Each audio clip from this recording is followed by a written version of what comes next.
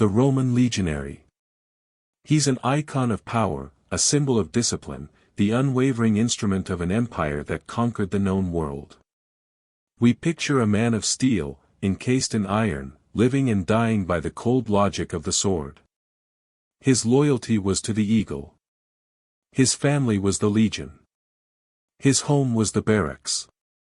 This is the image Rome itself so carefully crafted, a perfect soldier, unburdened by distraction, unhindered by attachment. But this image? It's a lie. Behind the iron mask of the helmet and the stone walls of the forts lay a secret life the empire tried furiously to suppress. For nearly 200 years, these soldiers were legally forbidden to marry. In the eyes of the state, love was a crime against military readiness. A family was a liability. So, why do we keep finding so many letters from them asking about their children? Why are their tombstones, carved with their own hard-earned pay, dedicated to wives Rome insisted they never had? This is the untold story of the sex, lies, and secret families of the Roman army, a story of human desire refusing to be extinguished by imperial decree.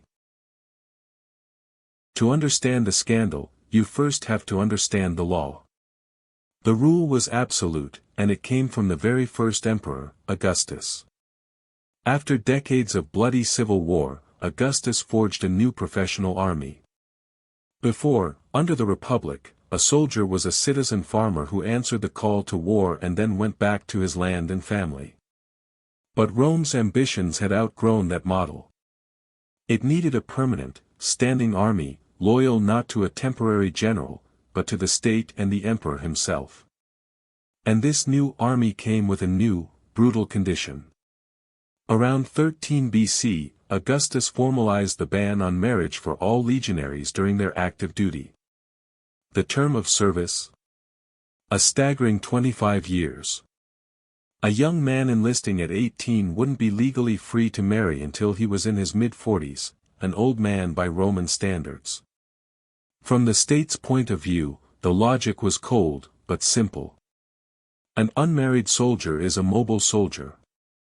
He can be deployed from the misty forests of Germany to the scorching deserts of Syria without a second thought about uprooting a family. An unattached soldier, the thinking went, would have a singular focus, on discipline, on his comrades, on the orders of his centurion. His only family was the legion. His only father, the emperor. Augustus wanted men whose sole commitment was to the military machine. A wife and children were seen as dangerous distractions. They created loyalties that competed with loyalty to Rome. And there was another, very practical concern. If soldiers legally married and had legitimate children in the frontier forts, those families might develop hereditary claims to the very land the forts were built on.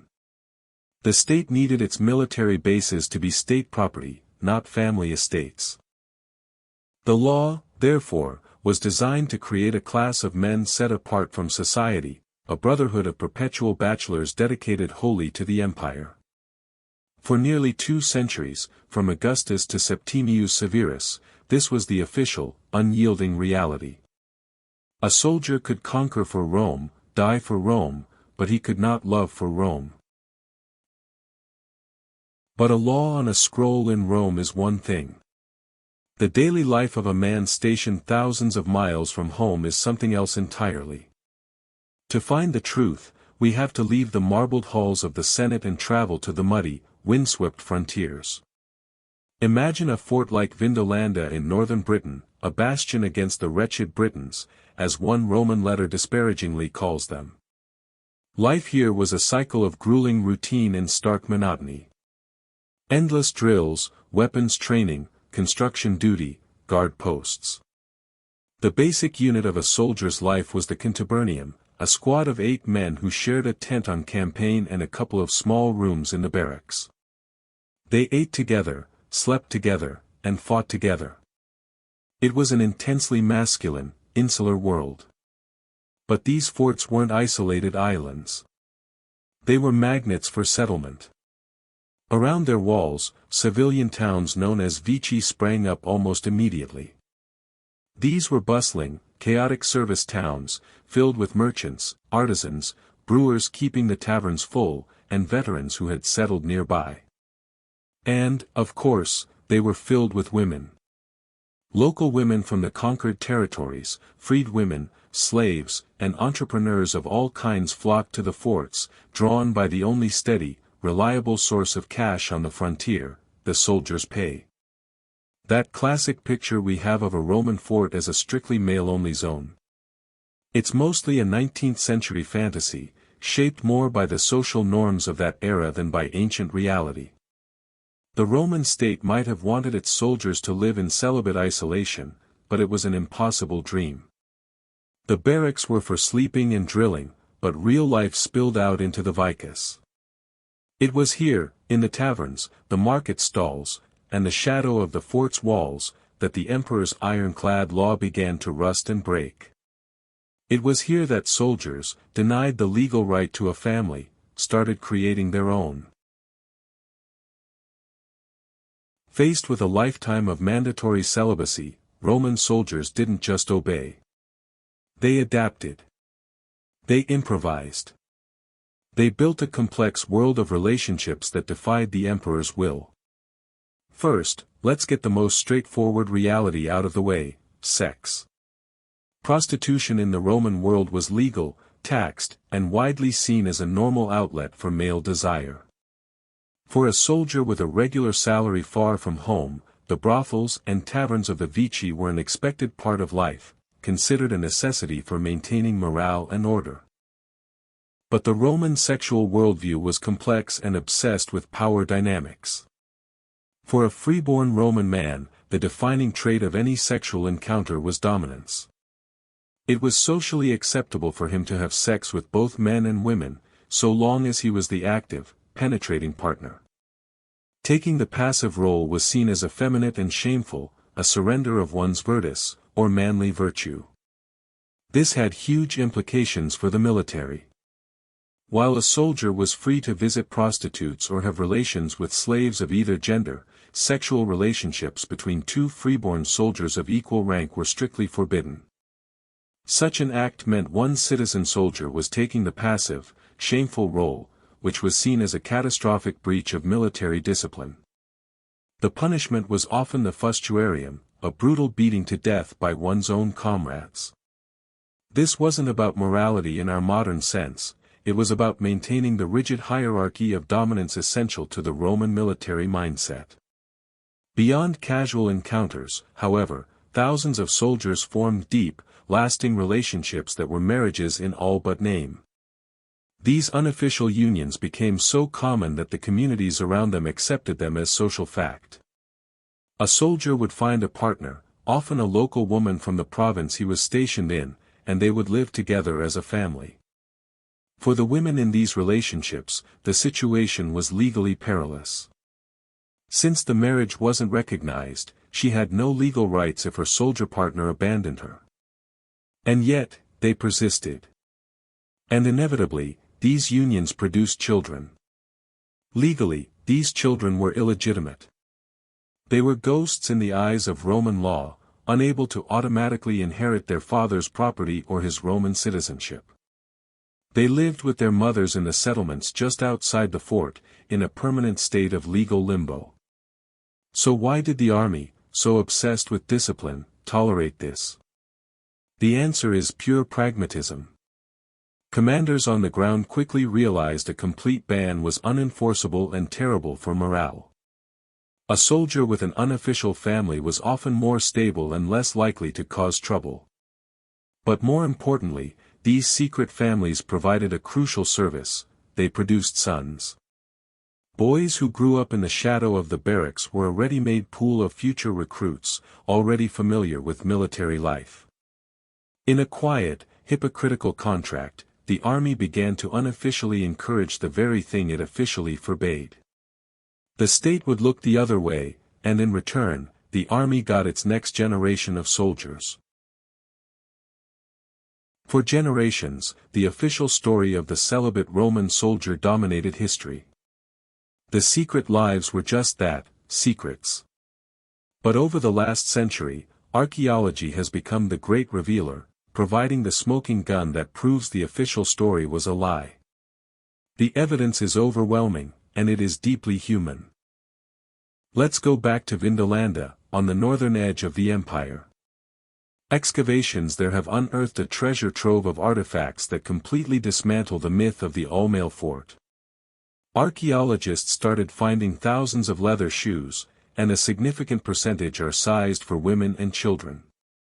They've found women's jewelry, delicate hairpins, and even perfume bottles. These aren't the belongings of legionaries.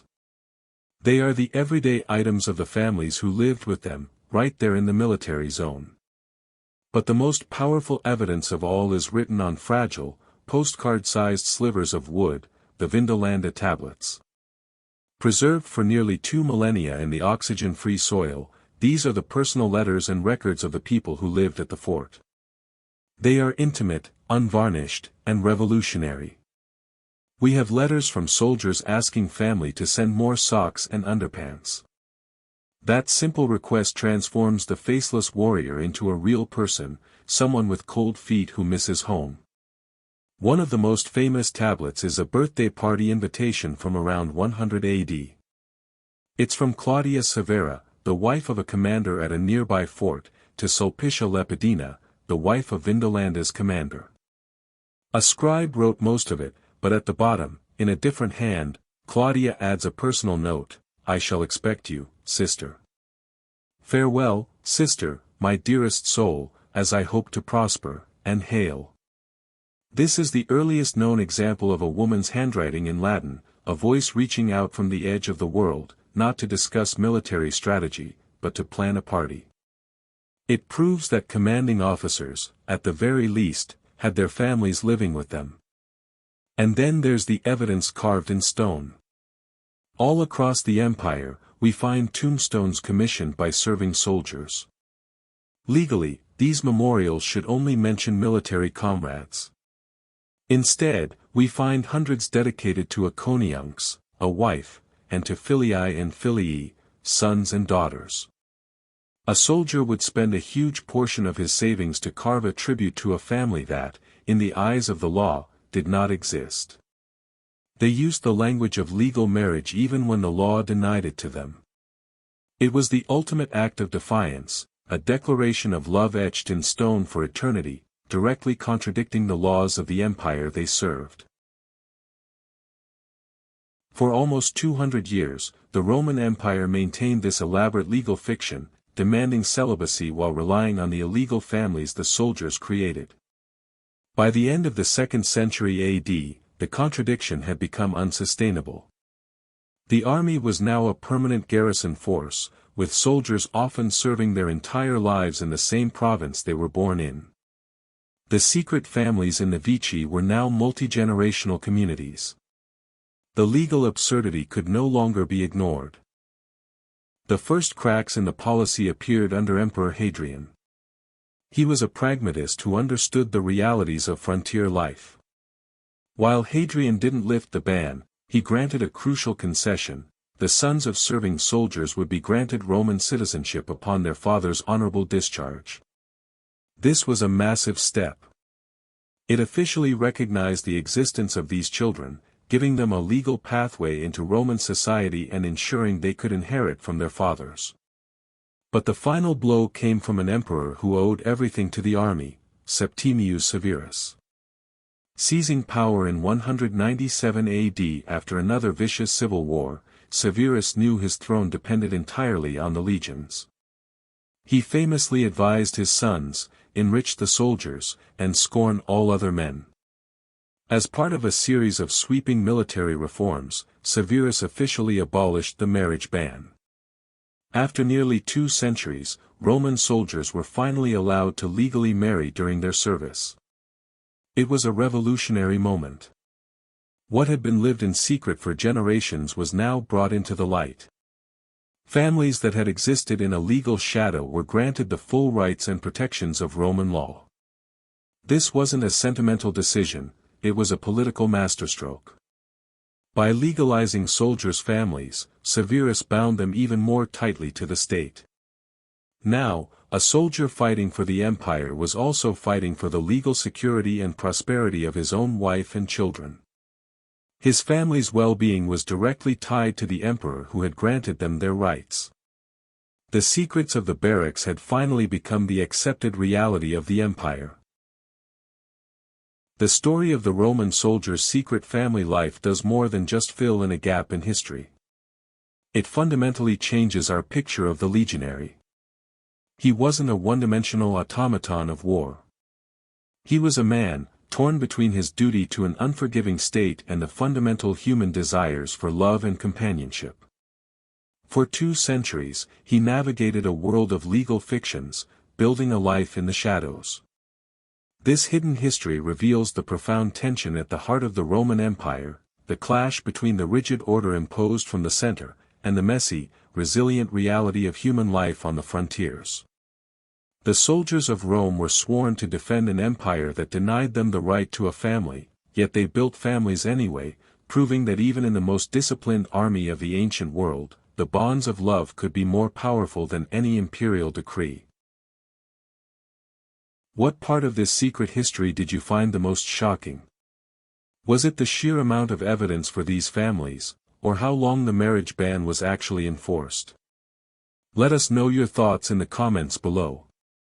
And if you found this look into the hidden lives of Roman soldiers fascinating, be sure to like this video and subscribe for more untold stories from the ancient world. Thanks for watching.